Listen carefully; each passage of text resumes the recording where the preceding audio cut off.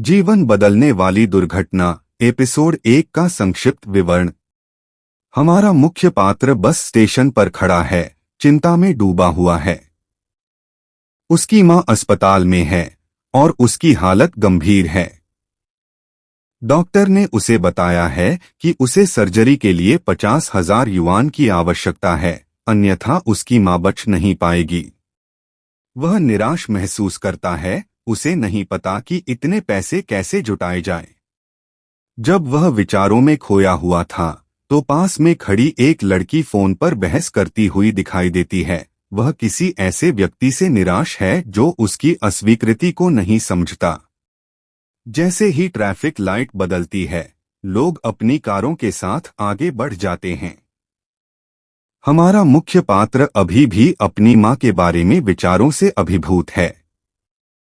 अचानक एक छोटी लड़की सड़क पर आ जाती है, जहां पहले से ही वाहन चल रहे हैं।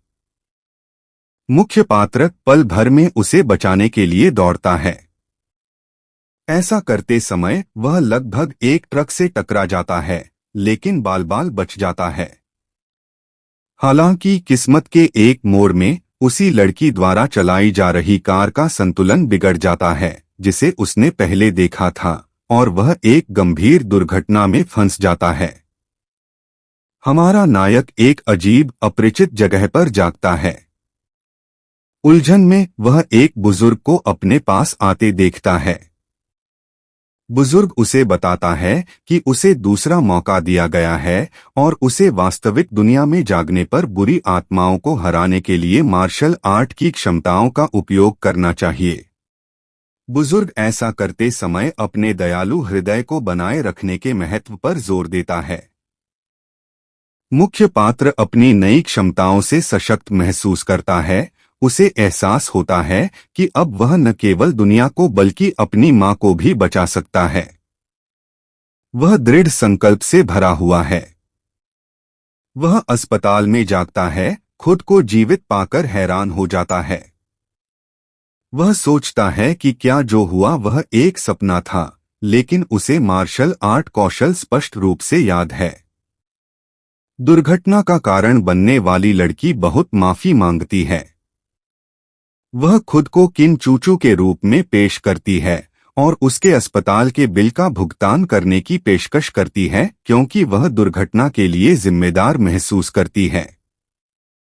हालांकि हमारा नायक उसकी पेशकश को ठुकरा देता है और अपने साथ केवल एक सुई का डिब्बा ले जाता है। अस्पताल में डॉक्टर उसे बताते हैं कि उसकी मां मरने वाली है और 50,000 युआन की मांग दोहराते हैं। उनकी चेतावनियों को अनदेखा करते हुए वह अपनी दृष्टि में सीखी गई तकनीकों को याद करता है। नायक अपनी मां की जांच करता है और यह महसूस करते हुए कि उसे अचानक रक्तस्राव हुआ है, उसका इलाज करने के लिए अपनी नई मार्शल आर्ट और एक्यूपंक्चर कौशल का उपयोग करता है। डॉक्टर के अविश्वास और विरोध के बावजूद उसके तरीके काम करते हैं और उसकी मां होश में आ जाती है।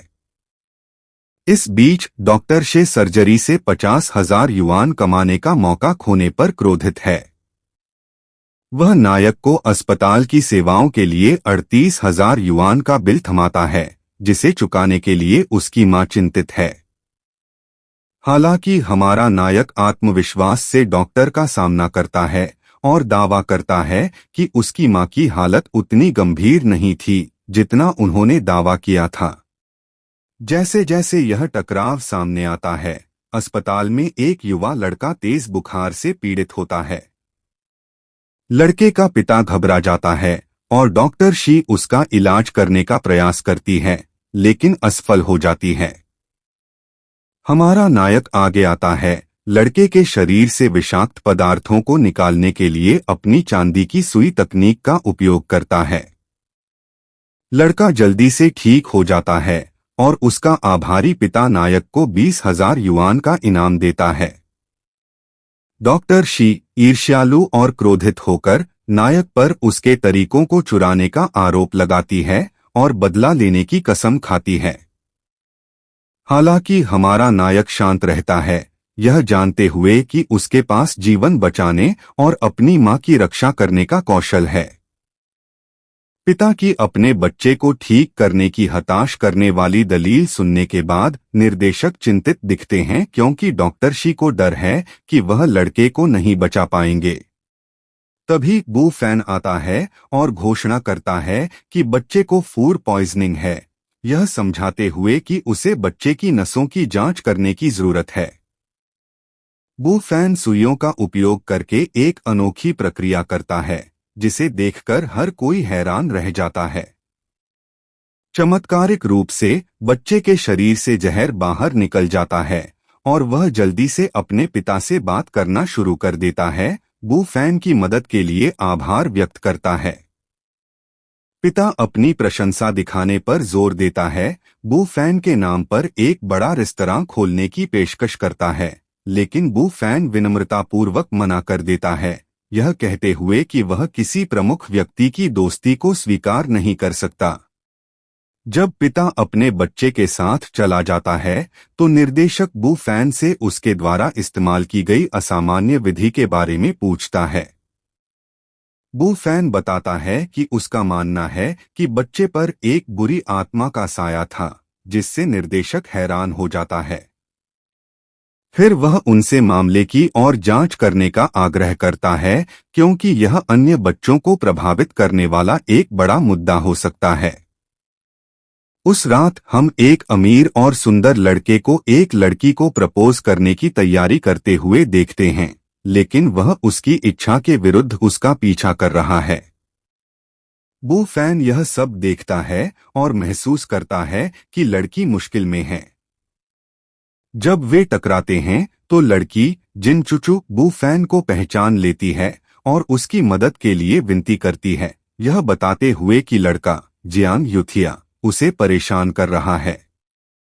बू फैन उदासीन देखती है कि जियांग जिन चुचू से अपने प्यार का इजहार करता है, लेकिन वह उसे अस्वीकार कर देती है और जोर देकर कहती है कि उसका एक प्रेमी है। जियांग अपनी संपत्ति का दिखावा करके जवाब देता है, लेकिन बू फैन जवाब देता है कि जिन चुचू पैसे से ज्यादा चरित्र को महत्व देता है।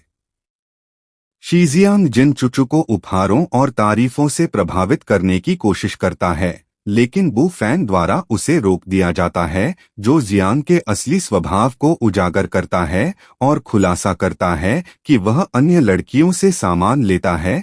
यह दर्शाता है कि वह वास्तविक नहीं है। यह रहस्योद्घाटन भीड़ को चौंका देता है और जिन चुचू को जियांग के धोखे का एहसास होता है।